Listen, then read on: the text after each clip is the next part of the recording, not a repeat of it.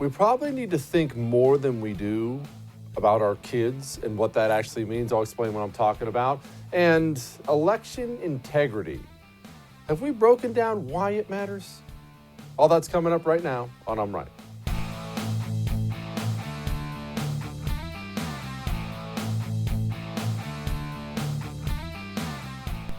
How often do you think about our children? Now, not your children if you have them, but our children as a whole in the country. It's something I'll admit to you, I don't think about as much as I should.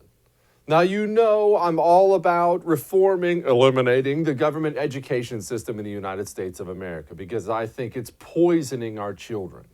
But beyond that, I don't think we think about it as much as we should, why it matters. And I'm not doing one of those, touchy-feely, the children are the future type things, except that's exactly what I'm doing, just less touchy and less feely. Children are what America's going to be. We all realize that, right? Now, I want you to pause for a moment, and I want you to think about what we've done to children during the coronavirus lockdowns, not just staying home from school. We'll get to that in a moment. Think about what we've taught them. Children, one of the things I've learned about as I have my own kids, mine are 10 and 12 now, they're always watching, always listening, always sponging up the things around them to figure out where they stand in the world, how things are in the world. Are things good? Are things bad? Am I loved? Am I hated? They are sponging up all of it. My sons will say things now, and I'll look and know that is something verbatim they heard from me. It can actually be intimidating. Oh, wait a minute. I'm forming this person. And they're repeating to me things they'll see on the news, things their friends tell them in school, things their teachers tell them in school. They're figuring out what's a big deal, what's not a big deal. For the first time ever, my kids are starting to get interested in politics, even though I really never talked to them about it. What are we, Republican, Democrat? Who are we voting for? They're starting. They're learning. Kids across the country are learning. What if we taught our kids about fear, life, the economy, reliance on government? What have we taught them about scary diseases? What have we done to our children during this coronavirus lockdown madness? Think about the message we have told the kids of the United States of America. You're going to die one day. Nobody should die ever. Is that a healthy message to tell your kids? I'll tell you, it's opposite of what I tell my kids. When I'm teaching them to be nice to each other and not fight, I tell them, I'm going to die one day, right? Long before your brother. He's the one you need to hang on to because he's going to be here a lot longer than I am. So be kind to your brother. Kids need to know life begins and life ends. That's not unhealthy. What's unhealthy is, little Johnny, just come hide in your bubble and nothing will ever happen to you or anybody you ever love, and life is full of puppies and Skittles. That's unhealthy. That's damaging the mentality of children across the United States of America. So we've told them that it's perfectly okay to shut down the greatest country in the world because a virus is out there. Are we putting a warrior spirit in our kids? Are we giving our kids a spirit of, and tell me if this isn't going to be uncomfortable, freedom? What do your kids and my kids, what do they know about freedom now? And more importantly, what have they learned over the last 6 months about freedom? Oh, we love talking about it, don't we? Especially us on the right, we love talking about it. I talk about it all the time. Land of the free, Star-Spangled Banner, baby. Land of the free, home of the brave. Free, free, free. We got freedom here. Well, that word actually is supposed to mean something. It's not just some meaningless word we throw up at the 4th of July as we're all hammering down hot dogs. It means something. It does. It's freedom from government control. That's what freedom means in America. Freedom from government control. It's not freedom from bills to pay. It's not freedom from obligation, freedom from the stresses of life, freedom from the end of life. It's freedom from government control. And what have our kids seen us do? What have they seen us do? You think they haven't seen that we arrest pastors now for having church? You think they haven't seen that we shut down businesses on the regular? We've wiped out entire industries now. Do you think they aren't seeing the stress their parents are going through, especially financial stress, as jobs evaporate, hours evaporate, industries change, industries disappear? You think they aren't seeing what's happening with their teachers, with their fellow classmates? Oh, they're seeing. They're seeing. You think they don't sit in front of that computer for that in-home learning from school? You think they aren't learning? You think they aren't asking questions about why? What are we doing? This doesn't make any sense. They are. And I'll tell you something even darker before I move on from this. What about the kids who are in really, really, really bad homes? It's easy to forget about them, isn't it? But sadly, very sadly, we have an entire nation of, well, there's always a certain percentage of this, kids who are in homes where they're not wanted, where they're not loved, where they're routinely abused. And not only now have we stuffed them in home, they never get to escape it. Their parents have an elevated stress level, and now they're even bigger pieces of crap to the kids than they were before. We've done that. We are raising a generation of scared people. And in this world, there's nothing worse you can be, because new scary things are always going to come. One day, coronavirus will finally be pretty much gone. I promise there's another one coming of some kind. Even if it's not a virus, there will be another big scary thing coming. Every generation has their coronavirus, their Cuban Missile Crisis, there's something. There's always something else coming. We are raising an entirely new generation here, and we are teaching them all the wrong things. So you'll have to excuse me when I see people like Governor Cuomo snapping at a reporter who's just trying to get clarification on schools. Wait, the kids can't go to school? They can? What phase are we in? I don't understand. And this is the same governor who's been caught at private events without a mask on, patting people on the back. When I see him lashing out like this, I shake my head that this is the governor of one of the most powerful states in America. I'm a little unclear about New York City schools. The other day you said this is the city's decision. They have an agreement at 3%. Today you said, well, I might have to impose an orange zone and I might have to close the schools, which an orange zone does. So what's going on? Does the city still have the ability to close its schools? Are you now taking control and saying that you have the power to make this decision? And for the millions of parents who want to know, are the schools going to open tomorrow in New York City? All right. First of all, let's try not to be obnoxious and offensive in your tone, because you're 100% wrong. These laws have all been in effect for months. It was 3 weeks ago. Okay, so what are you talking about? What are you talking about? You're now going to override. We did it already. That's the law. An orange zone and a red zone. Follow the facts. I'm still confused. Well, then you're confused. I'm confused, and then I'll tell you what, Jimmy. Parents are still confused as well. The schools No, in New they're York not City confused. tomorrow. You're confused. No, I think Read parents the are law. very confused as well. Read the law, and you won't be confused. Does that sound like somebody who's hurting with your kids? It doesn't sound like that to me. It sounds like somebody who's enjoying this, to be frank. It sounds like somebody who's enjoying being Lord High Commander over this society.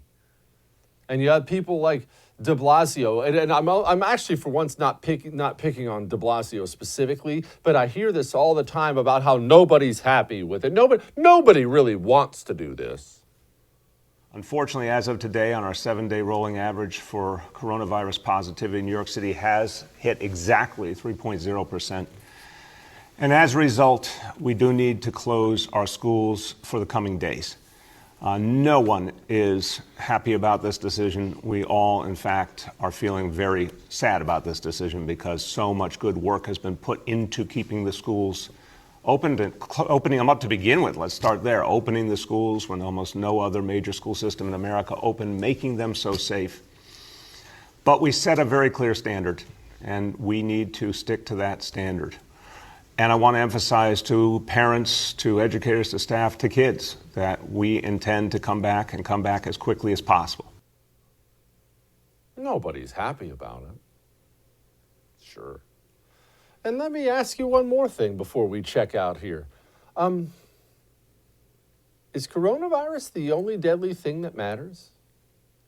I hate to put too fine a point on it here, but I've talked to you before, and I'm never going to stop talking to you about suicides, addiction, substance abuse is through the roof right now. These numbers, these suicide rates, just watch this. CDC numbers show as recent as June, 40% of Americans dealt with mental health or substance abuse. 11% say they seriously considered suicide. It was significantly higher among people 18 to 24 years old, Hispanic respondents, and Black respondents, unpaid caregivers, and essential workers. It's been alarmingly active, seeing the number of suicide attempt cases that are coming through, and then reading the numbers of suicide increase across the country. It's very frightening. It's very frightening. We've taken a virus with 99.7% survivability, and we've had a bunch of 18 to 24-year-old kids think about killing themselves. 40%, 11%. What have we done to ourselves?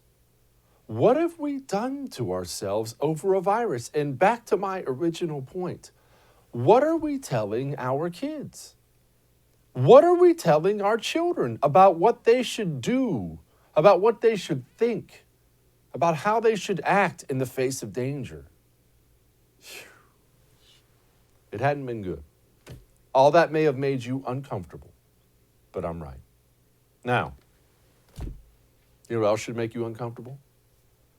The fact that your home title's just hanging out there. And it is just dangling out there online. These cyber thieves, sadly, are so good today.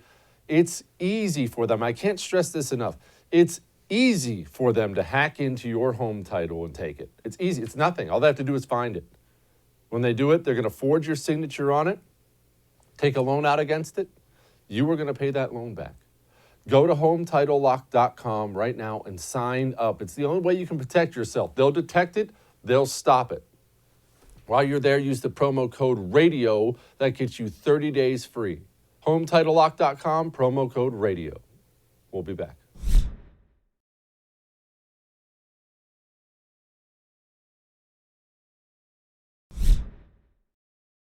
Well, here's the update on the latest election integrity news. Rudy Giuliani and Sidney Powell had a big press conference today talking about they have the evidence. They have what they need to overturn it. Now, I don't know Rudy Giuliani. I do, however, know Sidney Powell. And I realize, because I see a lot of this chatter out there, that people are being dismissive over claims, over any claims that there's enough out there to overturn something. I don't know that there is. I don't know that there isn't. I'm not a lawyer. I'm not in those rooms. I'm not doing all the lawyering things that lawyers do. I do, however, know this. Sidney Powell is one of the sharpest human beings I've ever known in my entire life. This is not some moron. If she's up there saying she has something, I tend to lend that some credibility. And you know how cynical I've been about the chances of this thing succeeding, about there actually being something here. Sidney Powell throwing her name on it, getting in front of the camera, it means something to me. And I'll tell you what else should mean something to you. We have an entire stable of Washington, D.C. Republicans who only exist to live a quiet life, protect themselves, let's not get too controversial. They've been very vocal about condemning Donald Trump at every turn, and some of those guys have come out. You know what I'm talking about, the Mitt Romneys. But there are a lot of establishment D.C. Republicans who are still out there saying, there's something here. We have to find that out. That these guys are still not willing to say, oh, Trump should just concede. That's something else that tells me maybe there is. I'm not trying to get your hopes up. But when I read statements like this, what am I supposed to think? This is GOP lawmakers, quote, We urge you to immediately convene hearings to examine the integrity of the 2020 election amid troubling reports of irregularities and improprieties. Given your role as leaders of a political party that spent 4 years baselessly calling into question the legitimacy of the 2016 election with debunked allegations of Russian collusion, you owe it to all Americans to fully examine allegations of actual election errors and misconduct. Our committees must conduct oversight hearings to ensure that Americans have faith in the integrity of our election. And let's be honest. You can call me immature. It's fine. I am. You can call me spiteful, maybe also fair. I'm not sure how willing I'm going to be to give Democrats 4 years of peace, no matter how this turns out. Do you remember the last 4 years? Do you remember the collective 4-year insane hissy fit? They impeached our president. 2 years of a Russian collusion investigation turned out to be nothing. They never missed a beat. They went from one controversy to the next controversy, whipping up a frenzy in the country. Accusations like white supremacy and Nazism. I don't know that I'm going to be willing to reach across the aisle here. I just don't know that I am. Part of me, immature Jesse, says, you're going to have to find out what that tastes like. And maybe you can readjust your conduct next time we have somebody.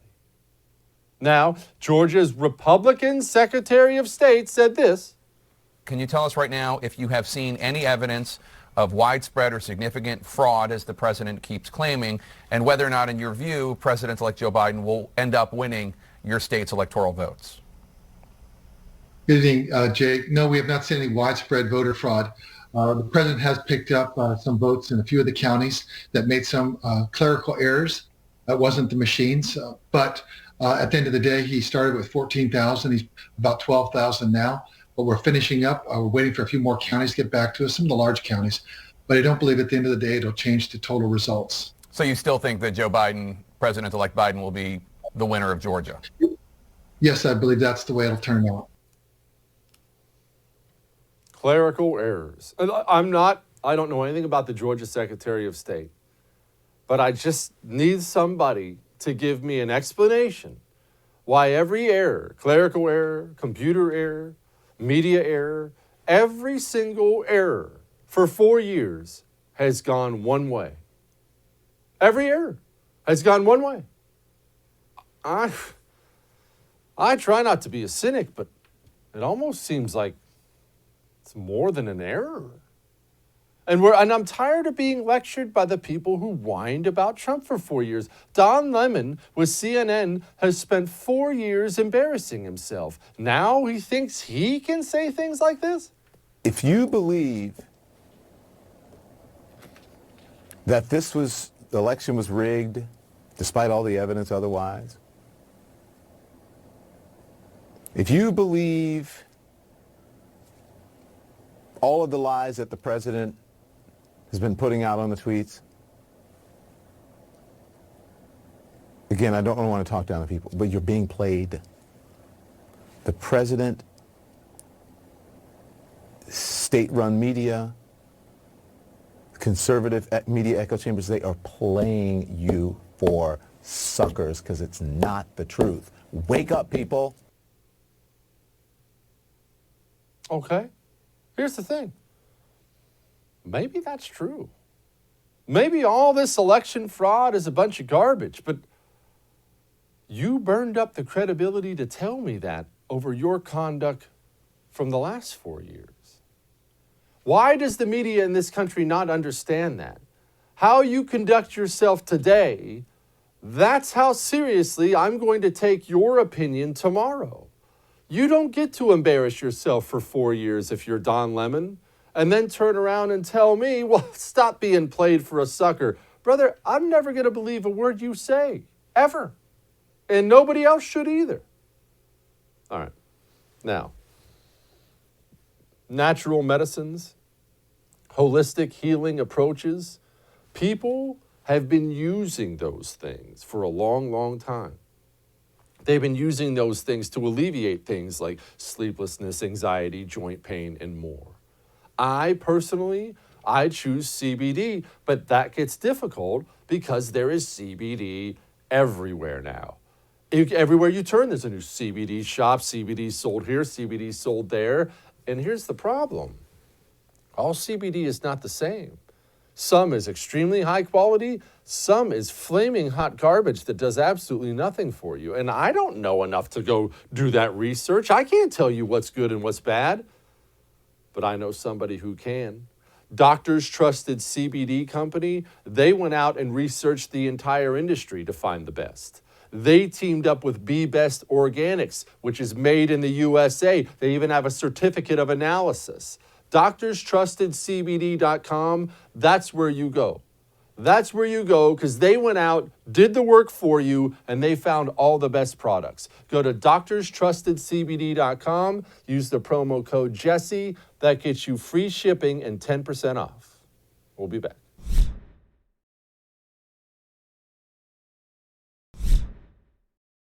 Joining me now, host of This Is My Show with Drew Berquist. Drew, I've been going off tonight about what we've done just generationally to kids in this country with our coronavirus response. Obviously, I know you're a father.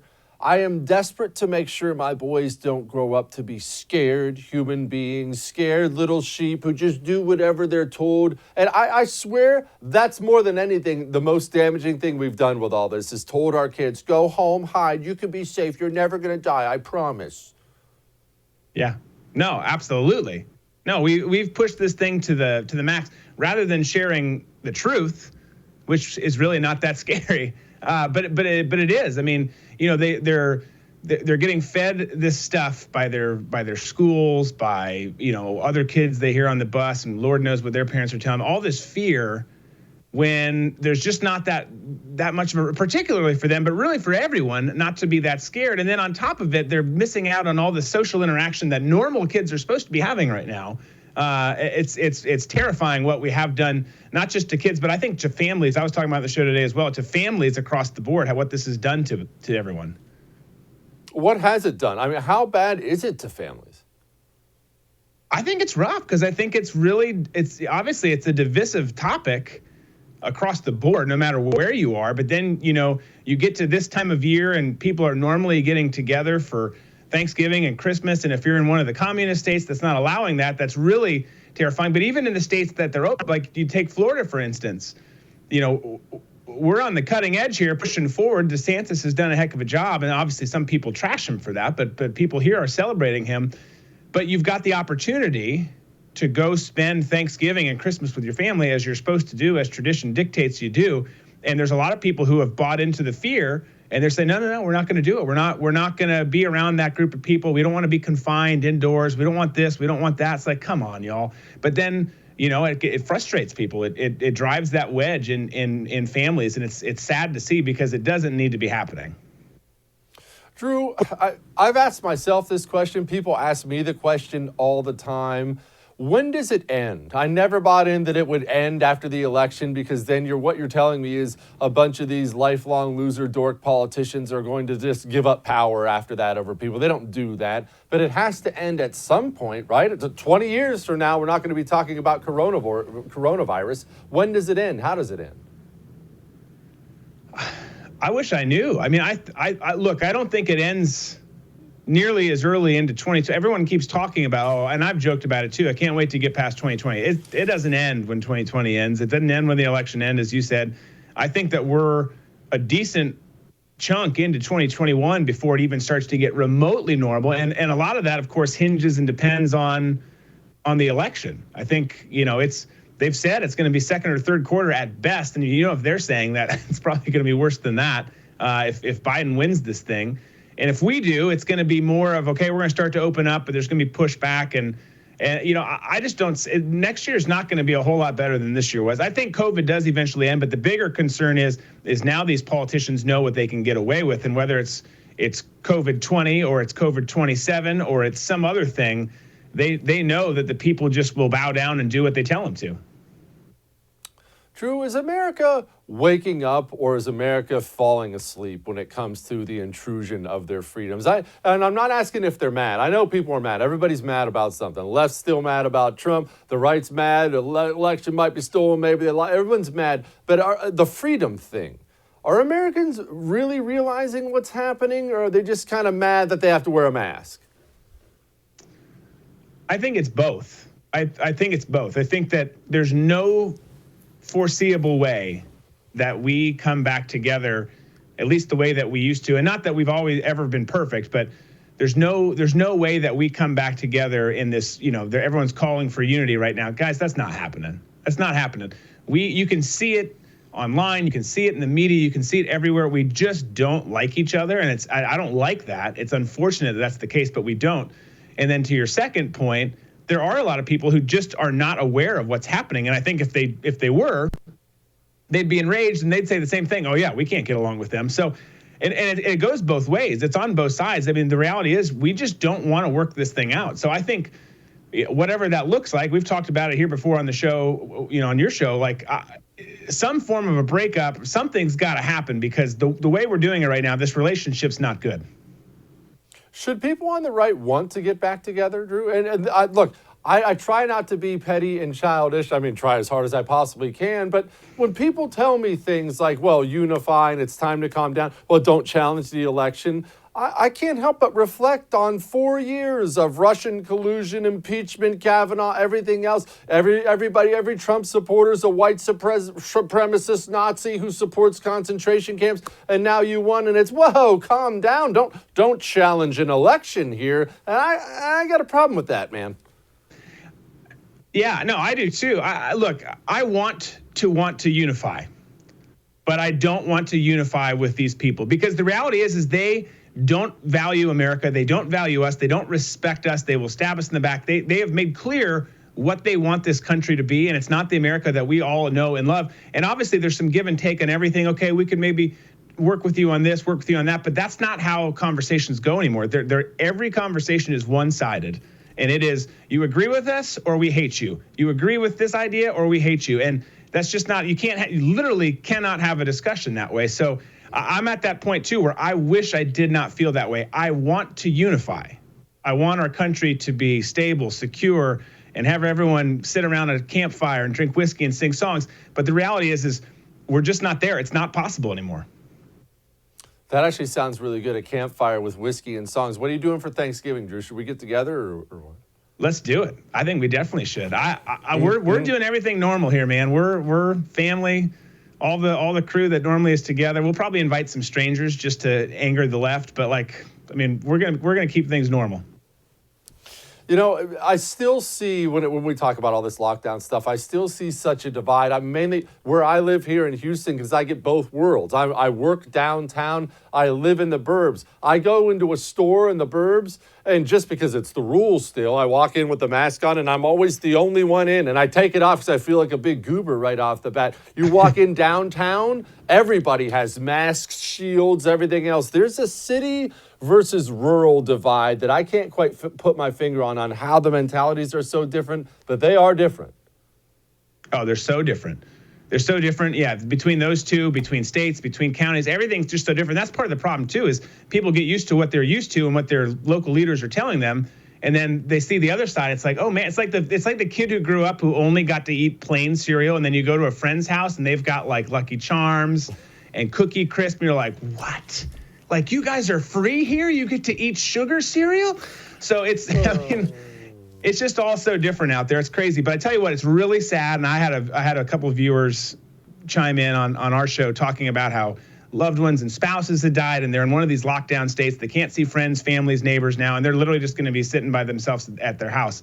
And people have got to think about that stuff, because that stuff is taking its toll on people.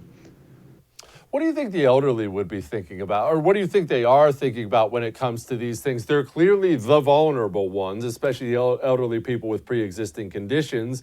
And yet, I mean, look, we all have an expiration date on this life. They don't have that many Thanksgivings left with family. Do you think, as a whole, they'd rather risk it and go home? Or do you think they're thinking, screw that, I ain't risking it? I mean, I think the former. I think a lot of people are just like, I want to be with my family. And I know that I've lived a long, good life. I'm sure there are some who don't take that stance, and that's fine. I mean, I think that the vast majority probably tradition. I've always been with my family on Thanksgiving and on Christmas, Hanukkah, whatever. I want to be with my family. And if, God forbid, I'm that still small fraction, even in that older category, that's it, that's my time, then so be it. Like, I know that the elderly people that I know, that's kind of been their take. Like, let's go. I want to be with the people I love, and if it's time, God forbid, then that it is. It's just time. So, does Florida get redder from here for a while, Drew? Was this a trend we saw? I mean, Florida's been a nail biter for a long time, and all of a sudden, I mean, it's not like it was this blowout, but Florida was not a nail biter. Does it continue to trend that way because of DeSantis? I mean, you never know, because the tricky thing with Florida is everyone keeps moving here. I mean, you get it in Texas too, but everyone keeps moving here, and it shakes things up. And I think if you had Biden was the worst candidate ever. He is the worst candidate ever. So DeSantis has done a heck of a job. That helped. Biden being an awful candidate, that helped. But, if you were to get a more moderate Democrat candidate that had some Latin roots or something like that, I think that it could start to be a more interesting race. But as it stands now, I think that we're pretty firmly red. It's going to take the right candidate to try and start pushing it down the other way, which hopefully we never see, by the way. But as long as they put up people like Hillary and Biden, you're going to have even the minority communities, a lot of them here say, no, we're not doing that. So I think we're pretty safe. I think both our state and your state are pretty safe. Drew Berquist, host of This Is My Show. Thank you, my man. I appreciate you. Thanks for having me.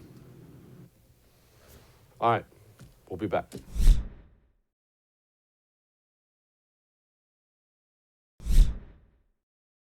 Joining me now, Drew Hernandez. He is a correspondent with the Tatum Report. Drew, first of all, let's start with all the violence from the Million MAGA rally last weekend. I don't want to dwell too long on that.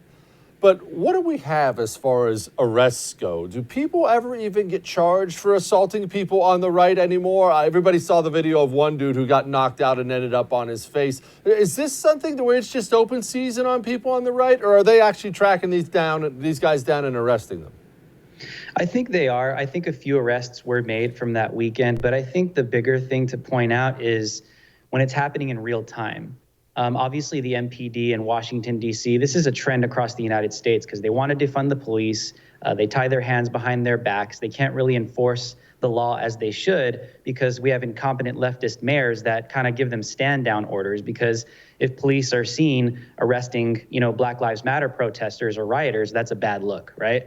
So that's kind of what you see, and it's very sad when you see innocent people just because they have different political leanings walking back to their hotels, Antifa and Black Lives Matter physically assaulting families, the elderly, white people, black people, brown people, all people. It didn't matter what color you were. It didn't matter what race you were this day. If you were simply a Trump supporter, you were going to get hit. And I think what I wanted to highlight was how the police do kind of stand down. They kind of wait, they kind of watch it, and then they just kind of like evade the situation and grab the person and kind of escort them out of the danger. But I mean, the police do their best to separate, the two groups, the Trump supporters, and if Antifa's there or Black Lives Matter, they do a good job separating the groups. But when the physical assaults were going down in Black Lives Matter Plaza, I think they could have done and should have done a lot better job. I don't think those people should have been hurt the way that they were. Just walking back to their hotels, it's, in my opinion, I understand how it happens because the mayor really does tie their hands behind their backs, but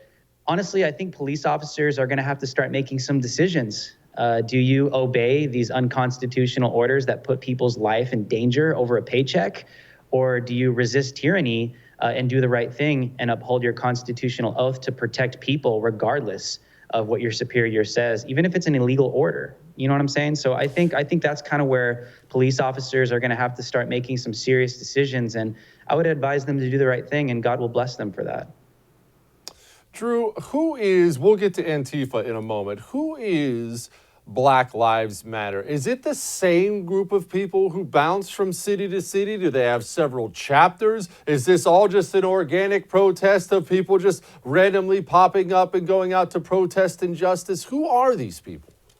Obviously from, they've took it down by now, but everybody knows because we exposed it that they are a neo-communist organization. They are Marxists. So their ideologies are communist in origin when it comes to economics, social issues.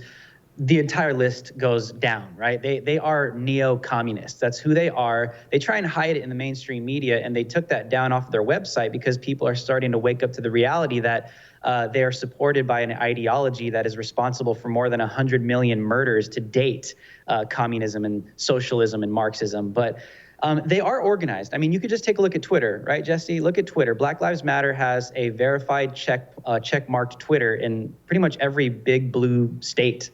Right, in city, like in Washington, D.C., in Los Angeles. Just take a look at Twitter. You can see how they organize. They do dog whistle. They'll say certain things. Hey, we need support. Like you did see this. They have secret text chains that people aren't aware of on different apps like Telegram and Signal. They will dog whistle. They'll organize behind the scenes. They'll say this is what was happening in D.C. last weekend when Trump supporters were starting to walk back to their hotels. Actually, through Black Lives Matter Plaza, Black Lives Matter of DC was actually calling for backup with Antifa in order to hold it down and protect Black Lives Matter because scary white supremacists were walking through it. So they do perform strategic violence. And obviously they are backed by big donors, all the corporations in the United States of America like NBA, MLB, all these huge organizations are behind Black Lives Matter. But isn't it interesting, Jesse, how these major capitalistic corporations are behind an organization that hates capitalism? Does that make any sense? Like communists hate capitalism, and that's who Black Lives Matter is. And here's the NBA and LeBron James backing up Black Lives Matter because they honestly think it's about police brutality against black people. But that's just the Trojan horse to usher in communism and to get Americans to accept what this is. And I think the black community on the left has been absolutely hijacked by this neo-communist Marxist agenda. Well, help me unpack that then, Drew, because look, I can understand the NBA. The NBA is 80% black. You have a bunch of young black men out there. You're going to have guys who are mad about police brutality or raised thinking that let's just set the NBA aside for a moment. What about all the other relatively normal, everyday corporations in the United States of America that aren't 80% black, don't come from that, and yet they went all in? I was talking about my sons logged in to play one of their video games, and all of a sudden there was a custom landing screen for Black Lives Matter on the Xbox. They're like, Dad, come look at this. I said, what? I mean, somebody who gains nothing from it, right? Or do they gain something from it? Yeah, I mean, especially in the white community, right? Because if you say anything as a white person against Black Lives Matter, you are deemed a neo-Nazi, a racist, a white supremacist, and people are afraid of that. And I think that's a travesty. I think the white community is being demonized completely right now just for simply being white. And even myself as a Hispanic person, if I come out on mainstream media and I denounce Black Lives Matter for being a neo-communist organization, and I think they have a murderous ideology according to history, I get called a white supremacist on Twitter, and I'm Hispanic and I'm brown, so it makes no sense. They are very militant with their social attacks, how they cancel people, and they allow people, they literally force people into these guilt trips where if you say anything against Black Lives Matter, then you support police brutality. Because this is about black people being brutalized by police. And if you have any criticism against our organization, even if it's valid, then you are literally by default a white supremacist and a racist. So I think what I'm trying to say is people fall for that. And because of fear and guilt, they don't want to deal with it. They could lose their business. They could get canceled immediately, regardless of skin color. And that's what they kind of bow the knee to, which is communist in origin as well, right? Like the mob mentality, getting what it wants. And I think that's what we're seeing socially in the United States of America, because on the top layer of Black Lives Matter, they promote, right, anti-police brutality. It's black people that are being brutalized by police officers. But what's under the organization? When you peel back the onion, what's really behind it? And you find neo-communist Marxist ideologies from A to Z with this organization. And that's how they hide and masquerade in the press and the mainstream media, social media, everywhere. And I think people fall for it, Jesse. Antifa. Every time somebody gets one of these mug shots of Antifa or one of these group mug shots of Antifa, for once, I'm not even trying to be mean. It's a bunch of freaks. It's a bunch of people with the purple hair and face, tattoo face and head half shaved with some bug-eyed look in their mind. They look like a bunch of drug-addled psychopaths, and yet they're fairly organized in some way. They're in every city, apparently, ready to assault people. Who are these people? Again, just like Black Lives Matter, is it the same group of 50 lunatics? Did they have a chapter in every city? Who are they? Yeah, they're extremely organized, especially in heavy blue cities and blue states. You take a look at Portland, because Portland literally wants to legalize every single drug under the sun. It makes sense when you see like more than 160 days of straight riots in Portland. It's like, how do these people do this? How do they have the stamina? How do they have the energy to do this? They're drug addicts. They're methed out. Look at the pictures. They're on heroin. They have this insane energy that gets them going every single night. And they are organized. People give to them. This is another pretty nuanced point I want to make, which I think is hypocritical. They're anarchists, and they are neo-communists as well in origin, Antifa specifically. But they use apps like Venmo and PayPal, which are like capitalist giants right now, like huge in our world, right? But people give to them. They support them financially through Venmo, through PayPal, through all these apps. And it's interesting because, a conservative will come out and make a controversial statement via free speech, and they can get their Venmo deleted. They can get their PayPal deleted. They will cut these services off from them. But Antifa gets to use these things and organize financially. And it's pretty interesting because you take a look at every single state that they're in, and you look at their Twitter accounts. They mobilize online. They use Telegram. They use Signal. They have huge chat rooms that you can't see necessarily on Twitter, and they organize by state. And if they don't have a big enough group in one state, then they'll call it, let's just say we don't got enough people in Los Angeles. We need people to come down from Portland for the night. They will mobilize. They will fundraise. People actually give them money because people fall for the lie that they're actually anti-fascists. They literally believe like they're the army and the Marines storming the beaches of Normandy for World War II. Like Antifa literally believes that that's who they are, fighting against Nazis. In their mind, I know it sounds absurd, but that's literally what they believe. And there's people that actually believe that that's who they are, and they give them money, Jesse. They do give them money, and it organizes them financially, and it gives them the ability not only to travel, but sometimes I think we saw a journalist, Andy No. I forgot, it was like somewhere in the hundreds of thousands of dollars of bulletproof vests that were donated to Antifa last summer. And it was all given to them for free. People actually believe that they are anti-fascists fighting against fascism. And we all know by now it's a lie. I mean, if Donald Trump was like Hitler 2.0 and the leader of the Fourth Reich, we would have seen it by now, Jesse, like seriously. Drew Hernandez, Tatum Report. Follow his stuff. Drew, I appreciate you, my man. Hey, thank you. Wild. All right, we'll be back.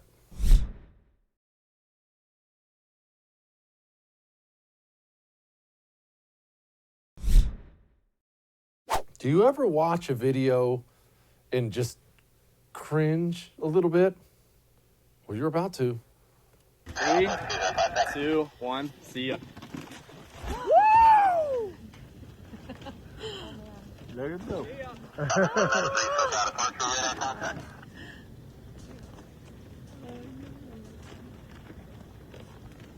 3, 2, 1, see ya.